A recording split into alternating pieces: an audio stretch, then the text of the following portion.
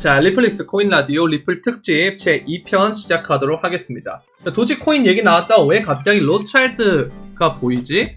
이거 여러분들 많이 들어보셨죠? 로스차일드라는 거는. 근데 이게 2018년에 작성된 문서가 있어요. 로스차일드 펀드에서 작성한 문서가 있는데 그 내용이 무엇인가에 대해서 우리는 한번 얘기를 해볼 건데요. 자, 로스차일드의 일본 챕터로 갔을 때 보유 물량에 대해서 나와 있는 게 있는데요. 자, 보시면 SBI 홀딩스가 있죠. 우리 리플 홀더들이면 절대 잊지 말아야 될 회사가 SBI 홀딩스인데요. 얘네 발행 주식을 몇 개를 가지고 있다? 1억 개를 가지고 있어요. 그러면 이 1억 개가 발행 물량이 총 몇 %인지에 대한 부분은 좀 생각을 해봐야겠죠. 요거를 한번 보도록 하겠습니다. SBI 홀딩스 발행 주식 수를 보게 되면 총 2억 7천만 개 가량이 발행이 됐어요. 그렇다는 건 거의 뭐 한 30% 40% 이상에 되는 지분을 갖고 있다는 소리거든요. 이 정도면 여러분들 알다시피 이거는 거의 대주주에 가까운 그런 형태가 되는 거죠. 그럼 SBI랑 리플이 얼마나 밀착한 관계인지 아시죠? 지난 영상에도 보여줬듯이 SBI하고 리플하고 리플 아시아를 설립을 해서 할 정도로 굉장히 밀접한 관련인데 거기서 지분 구조는 SBI가 더 많이 가져가는 이런 형태로 됐단 말이에요. 그래서 이런 형태로 좀 보게 되면 우리가 구조적으로 봤을 때는 로스차일드가 제일 위에 있고 지분 구조로 볼게요. 로스차일드 밑에 SBI 홀딩스가 있고 그 다음 밑에가 또 뭐가 있다? 리플이 있다라는 거죠. 그러면 결국 뿌리의 뿌리를 쫓아서 올라가면 로스차일드가 나온다라는 소리입니다. 그래서 이 부분 되게 재밌는 부분이기도 하고 로스차일드는 뭐 워낙 유명하기 때문에 이제는 뭐 다들 아시는 그런 어떤 가문이 되겠죠. 자, 그리고 여기서 또 내용이 또 있는 게 SBI 홀딩스를 가지고 있는데 우리는 거기서 SBI 홀딩스는 리플의 8.7%에 대한 부분을 소유하고 있다라는 거예요. 그래서 리플을 이미 들고 있다라는 거죠. 사실은 지배 구조를 아까 봤을 때 로스차일드 그 다음에 아까 말씀드린 것처럼 SBI 그 다음에 얘네가 리플을 소유하고 있다라는 거죠. 리플도 가장 많이 들고 있는 애들 중에 하나거든요. SBI가. 그러니까 사실은 리플의 실질적 대주주에 가까운 곳이 뭐다? SBI고 SBI의 실질적 대주주에 가까운 곳이 뭐다? 로스차일드라는 거죠. 이 지분 구조가 이런 식으로 돼 있어요. 이렇다는 건 리플이랑 로스차일드랑 결국 뭐다? 관련이 있다라는 거죠. 매우 밀접하게 관련이 있다라는 겁니다. 자, 그러면서 이걸 되게 여러분들이 보셔야 되는데요. 여러분들 한창 금리 인상 얘기를 하고 이런 시점이긴 하지만 실제로 우리가 이걸 유동성을 한 번에 회수하려면 정말 어려워요. 진짜 예전에 폴 볼커처럼 미친듯이 금리 인상을 해야 잡을 수 있는 건데 그렇게 해서 잡기는 쉽지 않죠. 왜? 그때보다 난이도가 더 많이 올라갔고 이미 미국은 많은 빚을 지고 있기 때문이에요. 그리고 여기에 대해서 부작용이 나오는데 2008년부터 금융위기가 터지고 이 부분을 해결하기 위해서 양적 완화라는 방법을 통해서 약 10년이 넘는 시간 동안 이만큼이 되는 이 빌리언은 10억이에요. 10억 불. 뭔 말인지 아시겠죠? 7조죠. 7조 달러를 찍어낸 겁니다. 더 많이 찍어낸 거예요. 7조 달러. 이해되시죠? 그 다음에 또 얼마를 찍었느냐. 이거 2020년 코로나 이후에 약 2년 동안 6조 7천억 달러를 더 찍어냅니다. 더 늘려버렸어요. M2가 이제 통화량이거든요. M2가. 이거 이제 빌리언 오브 달러 이게 이제 하나에 10억 달러라는 소리고요.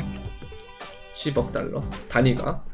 그럼 이거는 이제 1억 달러겠죠. 소수점은. 그러니까 이런 구조로 돈을 찍어냈는데 이렇게 된 부작용이 자산 가격이 엄청나게 올랐었죠. 근데 이거를 회수하려고 하니 쉽지가 않으니까 이 금리 인상을 계속 해가지고 자산을 선반영을 시켜서 불안 심리를 이용을 해가지고 자산 가격에 떡락을 유발해서 선반영을 시키는 거예요. 그러면 결국 이러한 과정 속에서 어떻게 일어나냐면 이 얘기가 나올 수밖에 없어요. 뭐냐? 리디노미네이션. 이 얘기는 뭐냐면요, 화폐 개혁입니다. 우리는 예전에 리디노미네이션을 진행한 적이 있는데요, 우리는 지금 원 단위를 쓰지만 예전에는 환 단위가 있었다라는 거죠. 근데 너무 많이 이제 가격이 화폐가 계속 찍어내고 인플레이션이 발생을 하니까 이게 단위가 이 정도 가지고는 안 된다는 거예요. 그러면서 원으로 바꿨고 이제 또 지폐가 나온 다음에 또 뭐가 나왔죠? 5만원권이 나왔잖아요. 이제 또 10만원권이 나온다 만다 얘기하다가 아직까지는 안 나왔는데 결국 이런 식으로 계속 단위를 올릴 거냐 라는 생각만 할 수밖에 없다라는 거죠. 근데 우리가 CBDC를 하게 되고 디지털 달러나 디지털 화폐가 돼버리면 어떻게 되냐면 우리는 이거잖아요. 이렇게 된다고요. 소수점 단위까지 우리는 이미 비트코인 사실 1억을 가든 10억을 가든 100억을 가든 우리는 만원, 5만원으로 거래를 할 수 있다는 거죠. 그렇게 되면 우리는 0.001 비트코인을 가지고 있어도 야 많이 갖고 있네, 0.1 비트코인 가지고 있어도 야 많이 갖고 있네 이런단 말이에요. 자, 그러면 여기서 시사하는 바는 뭐냐면요, 시대의 흐름이 결국 어떤 얘기를 하고 있냐면 긴축보다는 결국은 무제한 인플레이션을 발생시키는 구조로 가고 있다는 거예요. 소수점 단위가 돼버리면 어떻게 되냐, 아까 말씀드린 것처럼 자산 하나의 가격이, 비트코인을 예를 들면 1비트코인 하나의 가격이 뭐 10억이 되든 100억이 되든 거래가 가능하다라는 거예요. 그렇다는 건 10억이 되든 100억이 되든 천정부지로 소수를 하면 마음대로 해도 된다라는 거예요. 얼마든지 상관없다라는 거예요, 이 구조가 되면. 자, 그러면 여기에서 우리 다시 한번 생각을 해볼게요. 그런 구조를 다 만들어 놓고 어떻게 하죠? 지금 유동성을 회수한다, 금리가 빅스텝이다, 뭐 자이언트 스텝이다 엄청나게 하지만 생각보다 아까 전에 보신 것처럼 유동성은 많이 안 잡혔다라는 거예요. 이거 거의 빙산의 일각 아닌가요? 이거 쬐끔 잡아놓고 어마어마하게 겁주면서 자산시장 대폭락하는 건데, 그럼 이렇게 생각할 수도 있어요. 여기서 그러면 너 진짜 이렇게 빠지면 어쩔래? 이런 생각할 수 있거든요. 근데 지금 슬슬 무슨 얘기 나옵니까? 경기 침체 얘기 바로 나오잖아요. 어젠다가 바뀌고 있고 인플레이션을 야기하던 물가나 그걸 야기하게 만드는 원자재 가격들이 많이 떨어지고 있잖아요. 그렇다는 건 결국 인플레이션은 어느 정도 잡혔다라는 생각으로 사람들이 인식할 수 있도록 딱 해서 이후에 어떤 어젠다를 내러티브로 만든다? 경기 침체를 이거를 어젠다로 만들 것이다. 그러면 이 어젠다에서 해결하는 방법은, 경기 침체가 지속이 되면 여러분들 많은 생산력이 약화가 되고요, 사람들은 돈을 풀지 못하고요, 일본의 전철을 우리는 밟을 수가 있는 거예요. 이게 일본만 그런 게 아니고 전 세계가요. 근데 이렇게 되는 건 정말 짧았어요, 역사적으로. 왜? 경기 침체가 되면 결국 중앙은행은 돈을 풀게 돼 있는데 지금 너무 많이 돈을 풀어서 유동성을 회수하는 거 오케이, 그건 맞아요. 근데 회수하다가 결국은 경기 침체에 대한 부작용이 커져서 이 부분에 대해서는 돈을 다시 풀 수밖에 없다라는 거죠. 그래서 다시 돌아가면 이 리디노미네이션의 작용을 이미 소수점 단위로 되기 때문에 이 화폐 개혁이다라는 말을 빵 하거나 단위를 빡 바꾸지 않아도 그냥 디지털로 전환하는 것만으로도 이러한 효과를 기대할 수가 있다라는 거예요. 그럼 사회 혼란이 좀 덜 오겠죠? 그리고 리디노미네이션 한 다음에 항상 어떤 게 일어났냐면 물가 폭등 이런 게 일어났어요. 자산 시장이 더 가는 그런 형태가 일어났는데요. 모든 어떤 디지털 달러나 아니면 뭐 MMT라고 그러죠. 현대통화이론이라고 그래서 중앙은행이 계속해서 돈을 찍는 새로운 이론이, 이런 것들이 받아들여지고 시장에다가 만연하게 퍼지는 데까지는 정말 몇 년 안 남은 것 같아요. 그래서 이 경기 침체 혹은 이 하락장이 끝나면 그 다음부터는 어디까지 자산시장들이 올라갈지 모른다라는 거죠. 그래서 이런 부분들을 우리가 좀 잘 봐야 되는데, 금리를 보게 되더라도 뭐 계속해서 예상치가 바뀌긴 하겠습니다만은 결국 4%나 뭐 많아봤자 5% 정도 가면 내년이나 내후년 정도에는 이게 끝난다라는 거죠. 그러면 기존에 우리가 돈을 너무 많이 풀었는데 꼴랑 4-5%? 지금 우리에겐 굉장히 크지만요, 전체적인 M2 아까 통화량을 봤을 때 4-5%를 한다 그래서 그 부분이 유동성 문제를 해소하는 부분이 해결이 될까요? 안 된다라는 거죠. 그렇죠? 그래서 어떻게 되냐면 결국은 이런 얘기가 나오는 거예요. 조 바이든 미국 대통령이 7,400억 달러, 약 966조 4,400억 원을 규모에 투입을 해서 인플레이션 감축하겠다. 그 감축법이다, 이런 거. 아니, 돈을 풀어서 인플레이션이 됐는데 인플레이션을 감축시킨다고 하는 게 돈을 더 푼다고? 무슨 말이야? 라고 생각을 하시는 거죠, 다들. 그런데 이 얘기를 아까 말씀드렸던 부분과 한번 매칭시켜보면 결국 중앙은행은 혹은 국가는 경기 침체에 대한 부분을 더 우려하는구나. 그래서 결국 빠른 시점에 생각보다 빠르게 돈을 풀겠구나라는 얘기가 나오는 겁니다. 자, 그리고 바이든이 디지털 화폐에 대한 개발을 검토하고 있고, 그리고 추가적으로 어떤 얘기가 나왔냐면 며칠 전에 나왔죠. 미국 가상자산에서도 달러 패권 유지하겠다.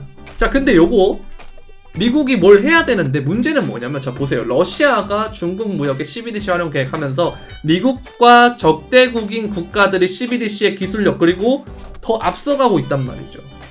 그리고 유로 자체도 EU도 내년 디지털 유로 법안 도입을 계획한다 이러면서 하면서 얘네들은 디지털 유로 어소시에이션 이러면서 리플하고 파트너가 돼 있고요. 그리고 리플은 디지털 파운드까지 영국 파운드와까지도 CBDC 하는 프로젝트의 리플은 같이 협력하고 있는 단계예요. 그리고 리플은 어딥니까? 미국에 있는 회사예요. 그렇죠? 그러니까 사실 미국은 리플을 죽일 수 없어요. 그래서 소송을 이길 수 없는 거예요. 자, SEC와 리플 간의 소송에 대한 얘기를 한번 다뤄볼게요. 오늘 되게 주요한 부분이 나왔어요. 미국 법원에서 SEC에 대한 흰먼 문서 공개를 명령했다 이렇게 돼 있는데 이게 주요한 증거라고 채택을 한 거죠. 자, 그러면서 이게 얘가 언제 얘기를 했냐면 이전에 2017년 12월 20일부터 2018년 6월 14일까지 회의만 7번 참석을 했으며, 그리고 당시 SEC 임원이었던 그가 비트코인과 이더리움은 유가증권이 아니다. 그러면서 암호화폐 업계 관계자들을 만나가지고 연설 이전에도 약 7차례의 회의를 가졌고, 이 임기 내 일정이 기록된 189페이지에 달하는 자료를 입수했다라고 되어 있거든요. 사실 이더리움이 증권적인 성향이 좀 있어요. 맞아요. 그런데 이더리움이 증권이면 리플도 증권입니다. 근데 시기상으로 봤을 때 그때 이미 리플은 있었고요. 이더리움이 증권이 아니라 그랬고 비트코인도 증권이 아니라 그랬어요. 그럼 이게 누구한테서 나온 거냐? SEC 임원에서 나온 거죠. 그럼 SEC의 어떻게 보면 공식 입장이 될 수도 있겠죠. 뭐 그들은 공식 입장이 아니고 흰머니라는 개인의 의견이다라고 계속 하겠지만요. 이게 그냥 이 사람이 혼자서 얘기할 수 있는 부분이 아니에요. 왜? 그 연설을 하기 위해서 연설문을 쓰는 사람이 있어야 되고 관련 자료 조사를 해서 하는 붙은 팀이 또 있어야 되고요. 이렇게 되면 될 거란 말이죠. 그래서 이 부분은 결국 SEC가 이길 수 없는 싸움을 하고 있는데, 그러면 왜 소송을 걸었냐 이거예요. 왜 2020년 말부터 계속 이 지긋지긋한 소송을 이어나가고 있냐 이거죠. 그 이유는 뭔가 있겠죠. 뭐 본인들이 매집을 해야 된다라고 생각할 수도 있는 거고, 너무 리플이 뭐 로스차일드부터 시작해가지고 유명해져가지고 한번 털 필요가 있다 생각할 수도 있는 거고, 뭐 아니면 엄청난 스토리를 만들 수 있는 거고. 왜? 오만 공경을 겪고 고난을 겪었지만 소송을 이기고 왕에 기환한 리플, 뭐 이런 스토리를 만들 수도 있는 거고요. 그래서 이런 부분들일 거라고 좀 생각은 하는데 저도 정확하게는 모르니까. 근데 어쨌든 이 흰먼 연설로 봤을 때 리플이 소송에서 지기는 좀 어렵다라고 보시면 될 것 같아요. 그래서 이게 끝나면 결국 호재가 되겠죠. 그러니까 이게 되게 매집 기회일 수 있다는 거죠. 자, 그리고 IMF에서 스테이블 코인은 선진국 입장에서 큰 이점이 없고, 그리고 선진국 시민들은 이미 대부분 은행 계좌를 보유하고 있고요. 그래서 결국은 중앙화된 CBDC에 대한 얘기를 해야 되고, 그리고 또 한 가지가 뭐냐면요. 선진국이 아닌 개발도상국이나 후진국에서는 이 부분이 필요할 수가 있다는 거죠. 자, 그러면 이 얘기를 하면서 또 누가 나오냐면요. 얘가 나옵니다. 진짜 얘는 안 빠지는 데가 없어요. 빌 게이츠. 리플과 빌 게이츠, 게이츠 파운데이션이 예전에 이미 이 얘기를 했는데요. 2017년 말부터 게이츠 파운데이션의 자금 지원을 받아서 모잘루프라고 하는 새로운 오픈소스 소프트웨어를 개발을 해가지고 전국 규모의 실시간 상호 운영 가능한 결제 플랫폼을 개발을 했다.